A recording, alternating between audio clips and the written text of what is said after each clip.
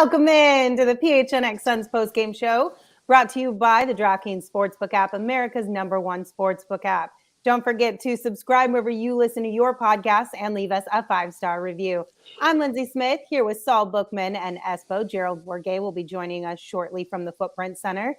And the Phoenix Suns, they whooped up on the Portland Trail Blazers tonight, winning at 102-82, and they had this one put away very early, you guys. So early that Monty was able to give some minutes to players who either haven't seen any at all this season yet or haven't seen very many. How you guys feeling about this win?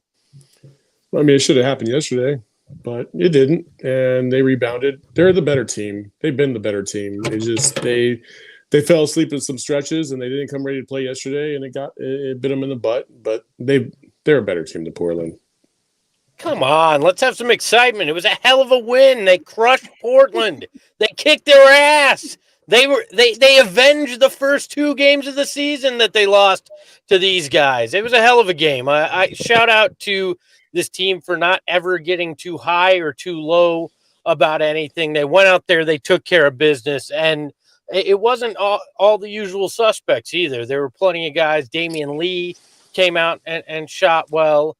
How do you say shout out to them for not getting too high or too low, but then in the same token bag me because my energy isn't too high or too low? No, it's too low.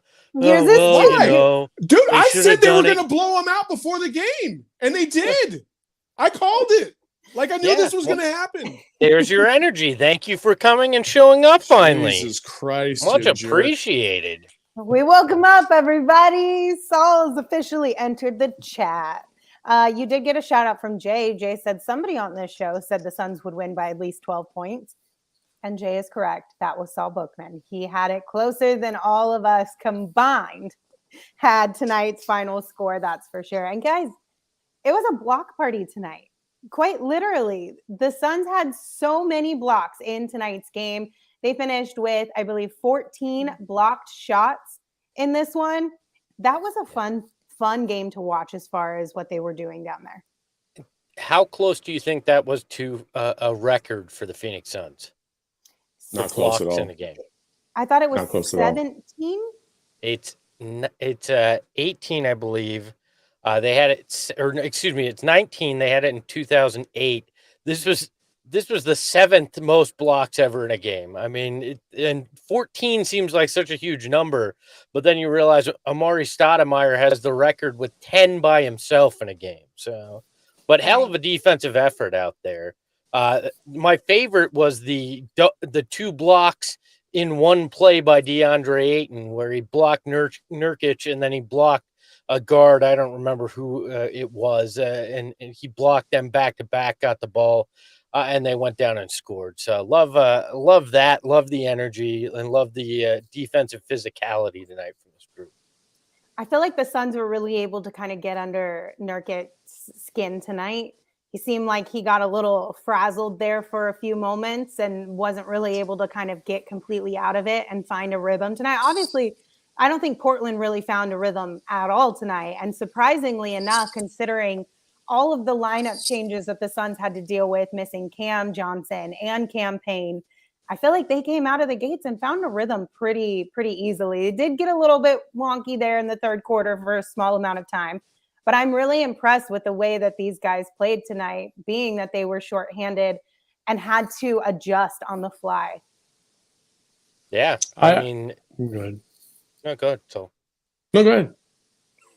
I like this team's flexibility. I mean, we hit the bench hard early in this year and in the off season, and question them a lot, but they've come through every time they've been asked to step up. Tonight was another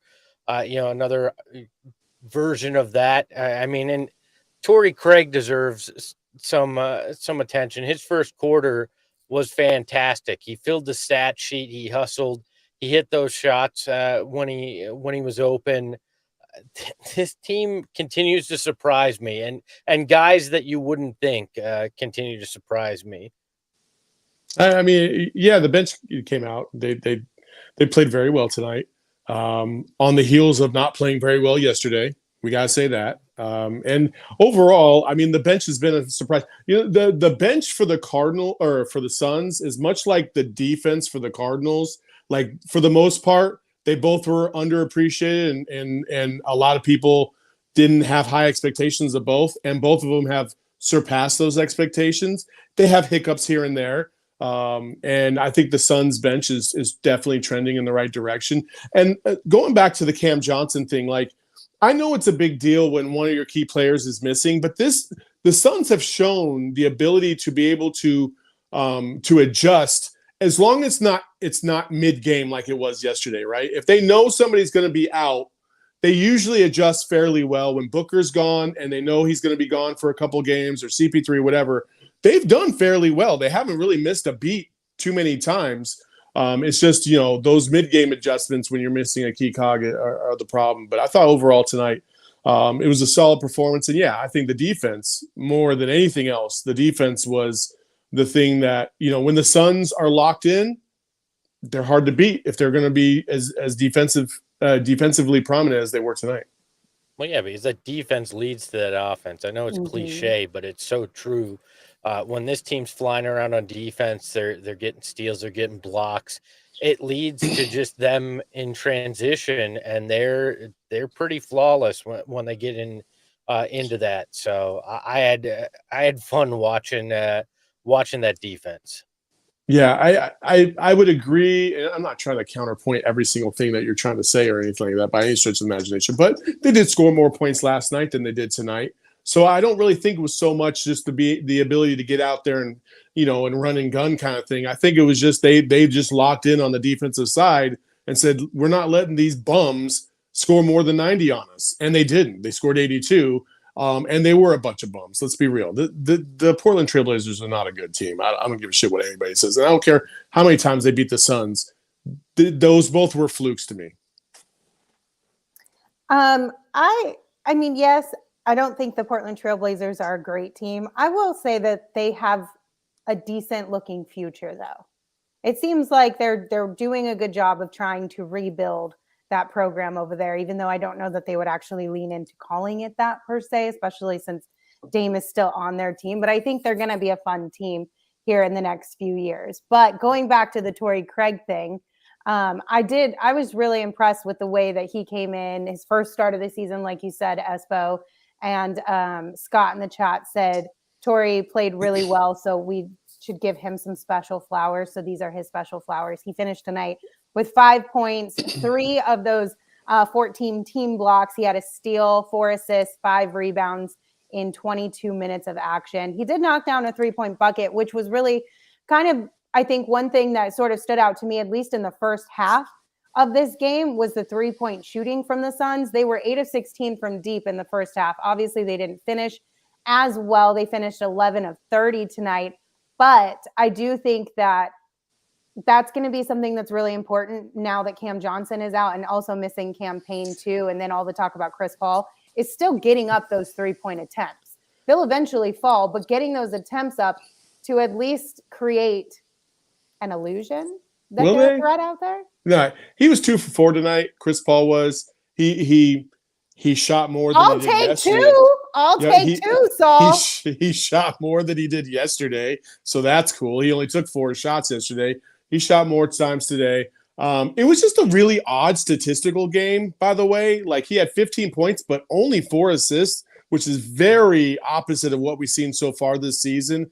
DA only got 16 minutes, mostly because of foul trouble and the fact that they didn't play much in the fourth quarter. So he ended up with if you were looking at the stats and didn't see the game, you'd probably be like, oh my God, DeAndre Ayton is so trash because he only had 7 points and 6 rebounds. But there was more to the story than that. Just overall, the great thing about it, though, is that everybody scored and there was a lot of symmetry across the board. So that's always good.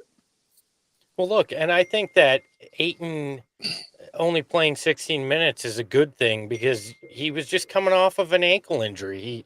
He played back-to-back. So limiting his minutes on a night like this is, I actually think, a good thing. So I don't mind him not playing all that much. The bench actually out-rebounded the starters tonight. So good on them in that front. They accounted for almost half of their blocks as well. I mean, I know that we're gonna differ in this, but I think they were the determining factor in this game. And then on the Chris Paul front, him hitting those two kept the Blazers honest tonight, and also helped lead him to getting to the free throw line 7 times and going 7 from 7 from the stripe. Because when they had to keep honest on him on the 3-point line, that helped him get past him and draw fouls as well. So overall, it was an odd statistical night, but when you look at it, they dominated wire to wire. Guys that weren't necessarily playing well kind of got in more of a rhythm, and Chris Paul and Dario Saric as well, which we'll get into at some point tonight. So overall, couldn't ask for more than what they did tonight. Well, you mentioned that the bench out rebound the starters tonight. I would say a good amount of that was thanks to Dario Saric, because he finished with 9 rebounds tonight. And it was really good to see Dario out there. He played 21 minutes tonight, which is a lot more Dario than what we have seen combined this season so far from him. And I was pleasantly surprised with Dario tonight in the way that he was able to sort of shake off the rust. I don't know about you guys, but it seemed like he's sort of maybe finding himself again, or he's just getting back into the groove of playing again. I mean, he was out for a really long time, and I know he played like boo-boo yesterday, but he played better today, and that's a positive. Again, because Cam Johnson is out. You need somebody to help fill that role, at least in the interim period, until either Cam comes back or a move is made. Yeah, I mean, this is the first significant minutes he's played since the injury and since he came back with the team. I mean, we noted he had gone, I think it was 6 games with 2 minutes that he had played. 21 tonight, 9 rebounds, 9 points. Not the greatest shooting. I mean, he was only 4 of 9, but he went out there, he did the little things. Look, there's no athleticism left in Dario Saric. What little athleticism there was, that's gone. We saw him struggle around the rim a couple of times because of that. But it's good because they're going to need as many warm bodies that can fill in for Cam Johnson as possible. And Dario did it for one night tonight. Yeah, I mean, I don't have very many expectations of Dario. I think the ceiling is the floor for him. I think the bar is the floor, not the ceiling. Sorry, the bar is the floor, but the ceiling's not very much above that. Just because, listen, he is limited athletically. He has great intangibles. He knows the game. That's what's going to get him by. But he's much like the power forward version of Chris Paul right now, where he's limited athletically. So he's got to pick and choose his spots to really come through. And it'll be interesting to see what his role is going to be moving forward. It'll take some time for him to get into the flow of things for sure. Hopefully we can get something, a smidge of what he used to be on a consistent basis. But tonight he had a decent night, nothing too earth-shattering or nothing too great, but it was earth-shattering, I'm sure, in Lindsey's world, because she's been itching to give him his flowers, because she loves her some Dario, which is fine. Listen, I am just out here. My game is uplifting. My game let's celebrate the little wins. My game is let's give out some damn flowers, Saul. I don't know who is the king of the game, but I'm going to hunch that it is Dario. The game is Dario mother effing Saric, Saul. There you go. There you go. There you go. Did the Suns lose by 20 points tonight? Did I miss something? Am I being overly negative? Beer at that place you were in pregame? Like, what is going on, man? Am I being overly negative or something? Yes. How? I don't know. How am I being negative? I didn't say he sucked. No, but every time we try and highlight something that was positive from tonight's really boring game, you're like, well, not so much. My expectations on this game were very low. Like, I expected the Suns to win by a mile. They did that. Dario had 9 points and 9 rebounds. Cool. I just, I want to see, I want to see bigger and better things. That's all. Hey, it was never gonna. and it was never going to come in this game. Let's just be clear about that. Okay. Throw the king of the game graphic back up, Emma. Why are we crapping on this crown placement? I mean, I'm the king of. Oh, it's not. It's not very good. It's not. Oh my God, Bookman!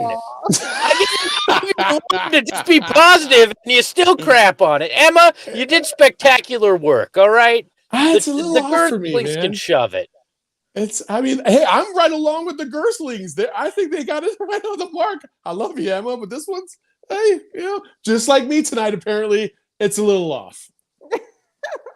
Don't make me bust out Nookie Monster, Bookman. I'll do it. God. Oh, if you do that, it'll be a 2-person show. Now you just gave me more reason to do it. You want to do it? You want to do it? I'll happily leave right now. Saul Bookman, he negative. No cookies for Saul. Oh my God. I think we need to take a minute and reset. One more time, we're going to name Dario Saric our DraftKings King of the Game, because I'm proud of Dario for getting some playing time tonight and shaking off the rust and being a positive in tonight's game. Again, he finished with 9 points, 9 rebounds. He had an assist and a steal. So kudos, flowers to our guy, Dario Saric. Hopefully he'll be able to keep this going and find his rhythm even more here with the Suns, especially now that they're going to need him even more. And just a reminder, new customers on the DraftKings Sportsbook app who sign up using the promo code PHNX can make any $5 NBA moneyline bet and get $200 in free bets if your team wins. And all users can also boost your winnings up to 100% with DraftKings stepped-up same-game parlays. It's super simple. Just download the DraftKings Sportsbook app. Again, use that promo code PHNX and have a great time watching basketball, watching football, watching soccer, whatever it is that you're into. Putting some money down on the DraftKings Sportsbook app before you watch that game is going to make it 10 times more enjoyable, a little bit more extra, I don't know, edge of your seat kind of excitement. Like tonight would have been a perfect night to do a crazy parlay to keep you engaged in this game, since it was a blowout basically almost from the jump. Yeah, I mean, I'll say this. It was kind of boring. I mean, there's no denying that. And this game had that kind of written all over it. If the Suns were going to blow them out, it wasn't going to be of the most entertaining variety. We'll say that. I mean, and look, I get. Since he's not here, I can say this now. I understand what Saul's trying to get at when it came to, oh, well, Dario only had 9 and 9. I'm not saying go throw a parade for Dario Saric for what he did tonight, but at least acknowledge, hey, he's come back. He's working his way back, and you need this right now because you have a gaping hole where Cam Johnson's offense used to be. So anybody that can come in and help pick up the rebounding slack and the scoring slack off this bench is going to be necessary to keep this team afloat until you decide what the next move is or find out that Cam Johnson isn't going to be gone for that long, right? Yeah. So Saul comes back just in time to hear me say he's right about something. Also, real quick, just a disclaimer on the DraftKings Sportsbook app: minimum age and eligibility restrictions apply. See show notes for details. I forgot that line. So, yeah, well, now we got it in there. But so you need these people to patch the hole right now.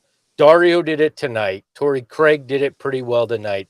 Also, at some point, you're going to have to actually answer that question, though. You're going to have to make a move that actually solidifies that spot or adds length and scoring depth as well if we find out that Cam Johnson's out for any significant period of time. We haven't heard anything official. The rumor is it's a meniscus tear, and like we talked about, there's multiple ways to go about fixing that, which have different timetables. So I'm just glad Dario was there to pick up some of the slack tonight. Welcome back, Saul Bookman. Speaking of picking up slack, Emma is the only reason why I'm back right now. Emma was like, listen, I need you to come back, please. Begged me. I said, okay, I got you, because I will do anything for Emma. I Did just you want to apologize know. for the crown slander at least? No. I just want Why to would know I do because that? we've had a bunch of people in the chat asking you to fix a picture behind you that was apparently crooked. Did you fix it before you came back? Because everyone's saying you did. I did.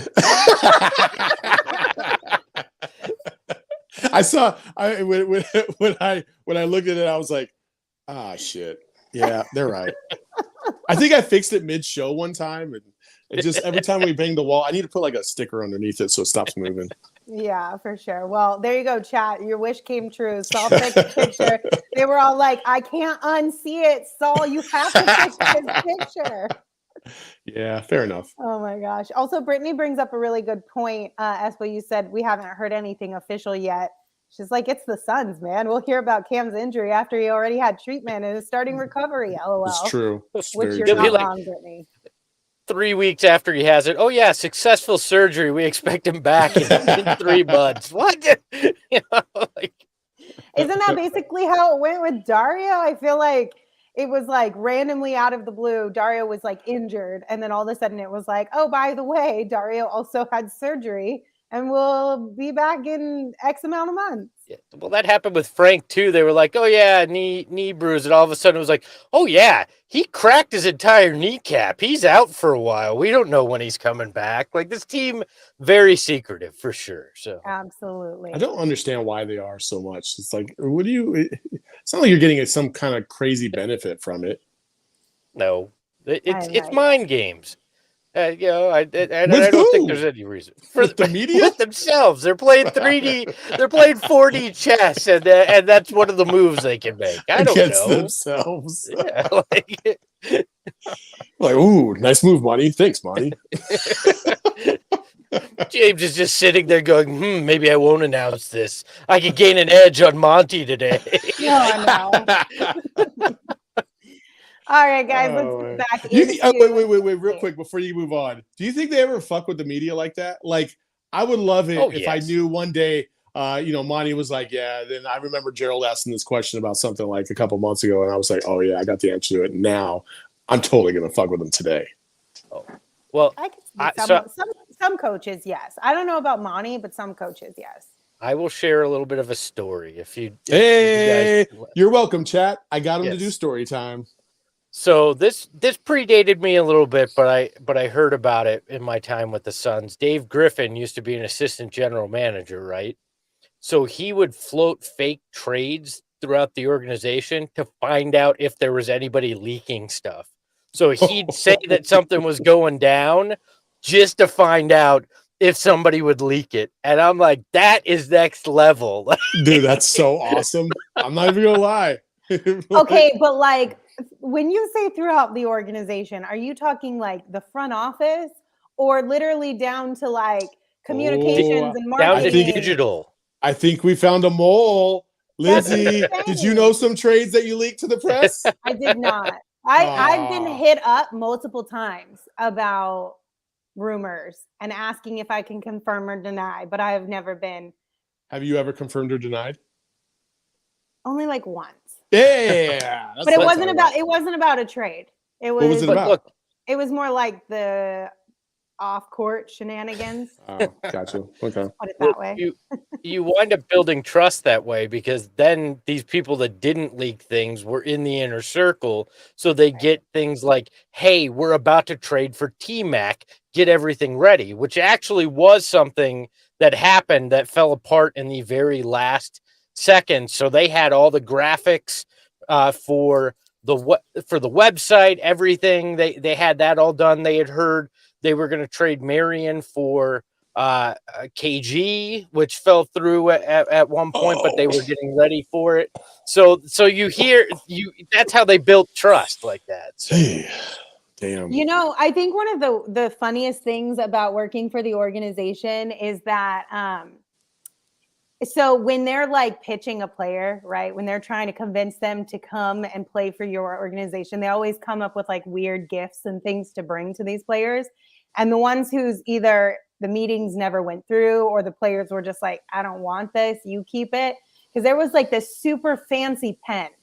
Like, and everybody had these pens. They were like white and they were like $300 pens. They wrote like straight up garbage, and I still have one to this day. I don't know which player it was that I ended up getting one from. Like, I think it has their name engraved on it. I'll have to see if I can find it, but I never use it because it's awful. But it's so funny how many people around the organization get these little leftover gifts for players when they just are like, no, I'm good. I don't want it. You want to hear the best one I have? What do you have? I shared this once, but I don't know if it was on this show. They used to put together leather-bound books for the players, right? I have the one that they put together for Kobe Bryant in 2004. Do you really? Brother, what the fuck, man? I've known you for like 3, 4, 5 years, and not once have you mentioned this? I have it. It's down. Bring it on the show, dude. Let's do it. Let's show and tell. I'll bring it in. I'll bring it in. If the Girthlings want to see it. I don't know if I'm ready for that. I might cry. I'm like so sensitive about Kobe. He's photoshopped. He's photoshopped with Nash and Amari right there. Marion. Like, it's pretty amazing. Oh man. And the funny thing was, when it was given to me, I was told it was the Nash one that they gave to Nash when they signed him in 2004. And then I opened it, a month later, and it was the Kobe one. I was like, oh my God. Nice. This is spectacular. That's a good get. That's way better than my pen that sucks at writing. I also have an Eric Gordon. I think I still have it. An Eric Gordon shirt that said Cornerstone with him photoshopped in a Suns number 10 jersey, which is just funny. Not as cool as the Kobe one, but funny. So. Nice. Okay. Well, you're going to bring that in sooner than later, and we're going to do a show and tell. We're going to look at it all together and make sure that we answer all questions about it. Make you give us even more details and stories. I think that's Tuesday's show. Let's do it. We'll do it on Tuesday, everybody. Put it in your calendars. Okay, back to this game. Gerthy boy's here. What? Gerth is here. Oh, he's gone. He's gone. Okay. God damn internet. I think it was Brittany that said, what are the odds that Gerald will have internet issues tonight? And Brittany, you would have hit on that bet if it was in the DraftKings Sportsbook. Absolutely. Okay, tonight we're going to talk about Damian Lee. He's going to be our PHNX-Factor of the night. Damian Lee was all over the place tonight. He finished with 9 points. He had 4 rebounds, 2 of 2 from deep, 3 of 5 from the field. But he had a lot of energy, and he got up, and his finger wag, super strong. That was such a fun moment. I got so hyped at that moment because he got up and straight up like mom moded him. I like how you like set it up as if it was like not very good, and you're like, buddy brought a lot of energy. Send you live with your auntie and your uncle in Bel Air. He looked like just wagging the finger. It was great.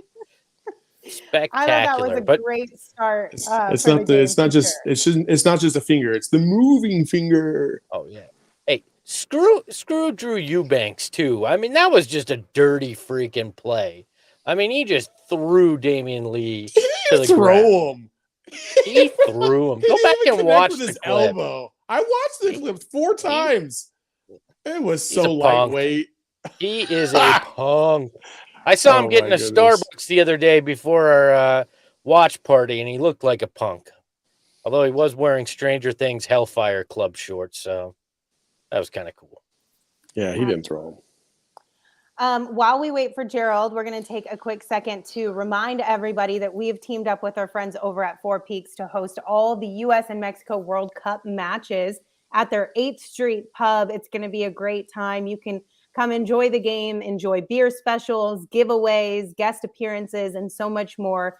And you can click the link in our show notes to register for absolutely free. And of course, we want to remind you guys that Four Peaks beer is super delightful. So if you haven't picked any up lately, you should probably run to your nearest grocery store or head on down to the brewery in Tempe and grab some, because it makes life a lot more fun. But we do want to remind you, you do have to be 21 years or older, and we ask that you enjoy responsibly. Also, Go ahead. Go ahead. No, finish you. I was just going to go into a more furniture ad read. Do you want to say something about Four Peaks? No, go ahead. Okay. With the holidays just around the corner, now is a great time to spruce up your home during the More Furniture's fall sale at morefurniture.com. And Are right you now, sitting on a chair right now, or are I you sitting am. on like a stool or something I'm like on that? a Because chair. She's just I don't see a floating. back behind you.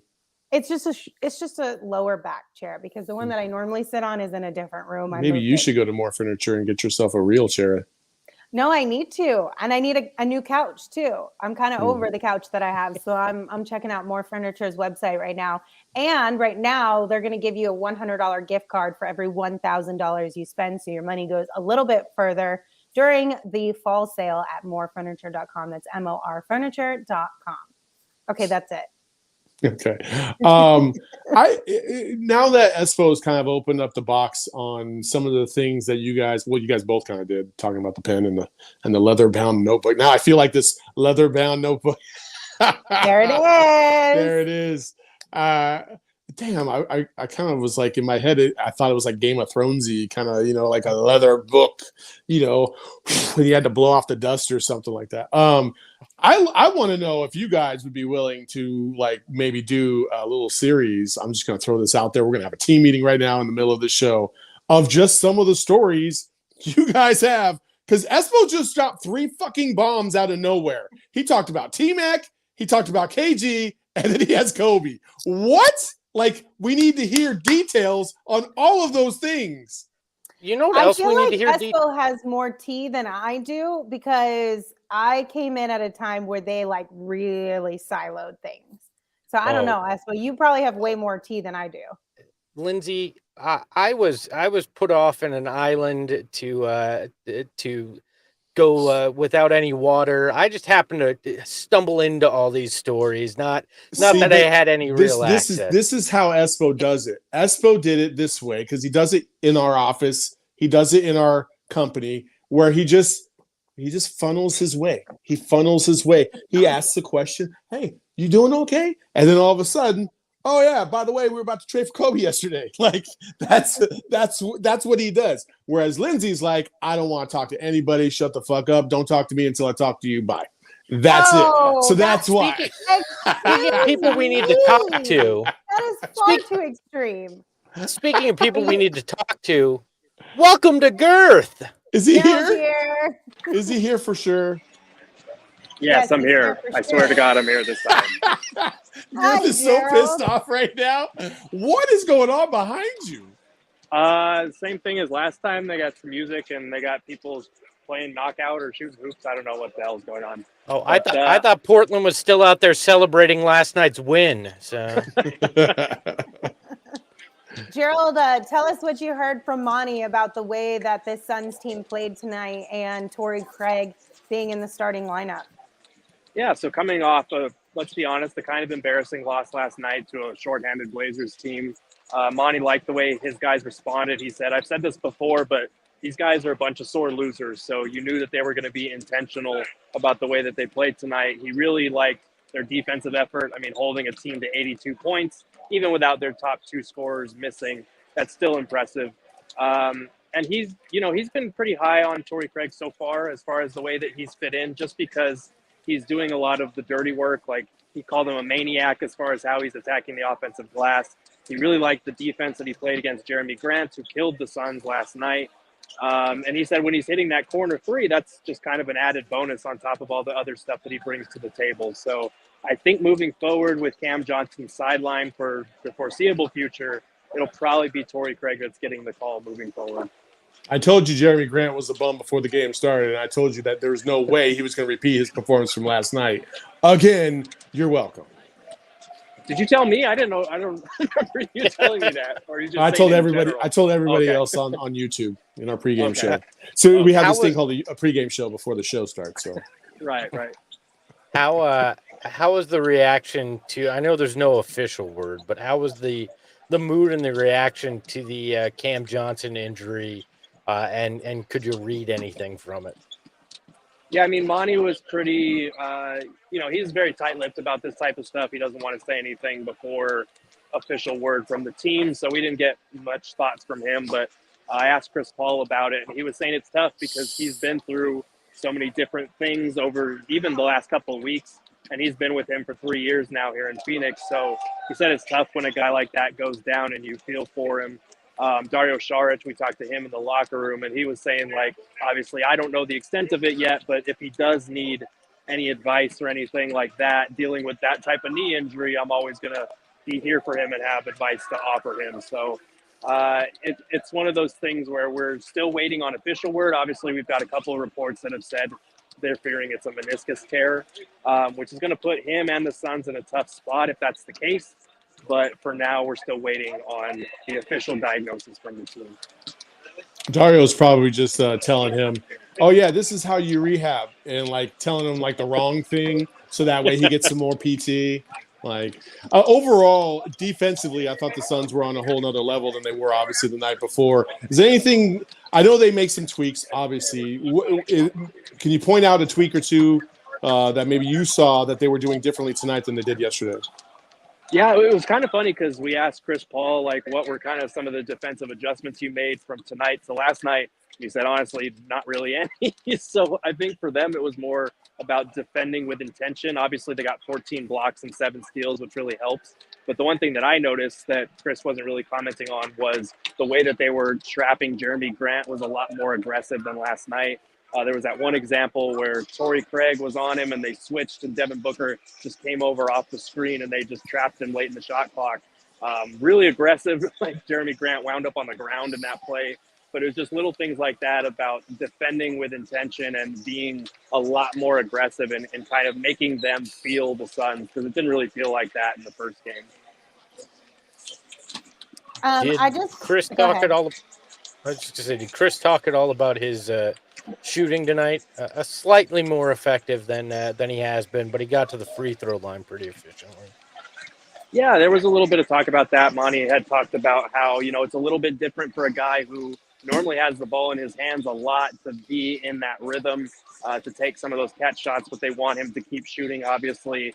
And Chris has said, it has been an adjustment, but he's saying, like, the bigger long-term goal is in mind this whole time. So, he mentioned, like, you win a 4th and 5 nights game in January, like, who cares? Like, we're trying to play for more. We know this is the regular season and we're not just blowing it off. We want to get home court advantage and all that type of stuff, but we are trying to do new things and try to build so that in the long run we'll be better off. And so I think he's very much embraced the sacrifice of playing off the ball a little bit more, even though it is awkward for a guy who has done the same thing for basically 17 years now, trying to change it up a little bit.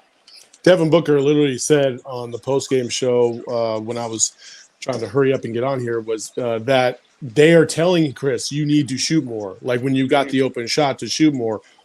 Why is he being so hesitant? I don't understand that. I can't compute that at all, especially if that's the right play. Yeah, I think Monty touched on this last night as well, but he was saying, like, with Chris, he's always used to kind of looking to make the right play and looking to get other people involved before he looks for his own shot. And that can be a good thing and a detriment to the team in that way if he's not being aggressive enough. But, it is one of those things that it is kind of an adjustment. And he's at the stage now at age 37 where he doesn't get his three-point shot off as quickly. I went back and for the article I wrote for PHNX this morning, it takes him a little bit longer to wind up that three-point shot because it's further away and he's got a lot of mileage on those legs at this point. So you look at some of the catch shots that he's getting, defenders are closing out on him pretty quickly. And so he's getting them with the pump fake and going by, which is a good play, but sometimes he just needs to let it fly. And I think he's trying to find that balance. If they don't close out quick enough and he has the opening space like he did on that one catch shot, I think in the second half, he's going to let it fly, but he usually has to read the defense first to see if he's going to have enough time to even get it off. So it's kind of a tough situation at this point because that release just isn't as quick as it used to be. Thank you so much, Gerald, for checking in with us. Is there anything else that stood out to you from tonight's game or any additional flowers? We actually have a resident statistician that is actually counting the baskets made and baskets missed behind you. The kids are fucking awful. They're 10 for 3,137, I think, by Jay. Yeah, there you go. That's brutal. Yeah, they look basically what Chris like Paul has shot from three this year. Oh, come on. Come on. Yeah, let's go. Oh dear. Poor thing. Thanks, Gerald. We appreciate you. Thanks, guys. Have a good one. Oh my goodness, Saul. You always got to hit him with something. Set him up. Let's go. Always. All right. So to round out tonight's show, I do want to talk about something that happened on Twitter last night. So last night we shared the commercial for Landale Landing and how you can get in and get your property at a lower rate than what it will be next week. Well, Espo shared that commercial on Twitter, and our good friend of the program, Jock Landale, responded and called Espo a clown. To which I feel like Sun's Twitter thought was Jock being for real, calling Espo a clown in the way that we would call somebody a clown when they're just being outrageous or you know what I'm saying? But apparently, according to our sources, calling somebody a clown in Australia is actually kind of a term of endearment. Yeah, I actually asked the Aussie Sons podcast, and it turns out that they don't use that term the same way they do here in America. And so Jock and I are still cool. Yeah. I mean, he called me worse when he was on the show. So he also called the entire chat a bunch of dickheads. So I mean, I'm just saying, like, maybe that's just his sense of humor. And we should all lighten up a little bit. That's what I'm saying. Yeah, I mean, I think I've said worse to Espo on this show. Like, we'll be fine. We'll be fine. We've volleyed back and forth much worse than that. Listen. Jock is a friend of the program. Mm-hmm. He has an affinity for Espo because he feels like Espo's an easy target. I can't disagree. I cannot wait for him to be around a little bit more. Hopefully we can get him in the studio soon, and it'd be fantastic because he's one of a kind. He really is. If you want to hear more on it, our friends Aussie Sons Fan Pod, which are in the chat, they're going to be doing a show a little later tonight. Yeah, they are right after us. He's actually going to be explaining. They're actually going to explain the whole situation. So go over there. You can hear the explanation. So that's right. So they're going to be live here in just a little bit. So after you guys tune out here, make sure you go over there, give them a little bit of love and support. And I think our friend Thunder His Dunks is also going to be on the show, right? Yes, he is. Are we the late show and they're the late show? Is that what's going on here? I actually like this. I think they should always do a show right after ours, and we can hand it off to them. Well, see, I think it's easier when it's a weekend game because right now, correct me if I'm wrong, Aussie Suns fan, but isn't it Sunday morning right now, your time, or about to be really early Sunday morning? Listen, so I feel like doing this on weekdays would be kind of tough for them. Rule number 76, Lindsey, no excuses. Play like a fucking champion, okay? Like, if you're going to go, you go. Like, people have let's kids go. And shit. Hey, Saul. No, I'm not even trying to hear it. All right. They said in Australia we call anyone who we think hits us up with something funny a clown. So there you go. There you go. So I'm happily a clown to Jock Landale. Thank you very much. Pugs and Hugs said, yeah, it's Sunday here. We ride in our kangaroos. Real funny, Pugs and Hugs. Real funny. All right, that's it. That's all we got for you guys. Thank you for tuning in. We appreciate you as always. Don't forget to go check out Aussie Suns Fans Pod next. And stay tuned for next week. Our Monday is just like today, pregame show 30 minutes before the game starts and a postgame show. And then Tuesday, we'll be live at 3 p.m. and we will be diving into that book that Espo told us all about today. So make sure that you don't miss it. Okay, it's Sunday afternoon in Australia. Tales from Espo. Let's go. All right, we'll see you guys on Monday. Have a great rest of your night and Sunday. And until then, you can follow me on Twitter at Lindsey Smith AZ. You can follow Saul at Saul_Bookman. You can follow Gerald at Gerald. What? Espo. Yes. Are you going to say it? The Phoenix Suns are the best team in the NBA. Suck it, Drew Eubanks. Suck it, all the other bench guys that I don't know in Portland that played the last 2 nights. Suck it, Portland. And, of course, you can follow Espo at Espo. Espo, take us home. As Code said in the chat, If we can survive Lindsey giving Kelly Oubre a concussion, we can survive Espo being called a clown. Ahoy hoy.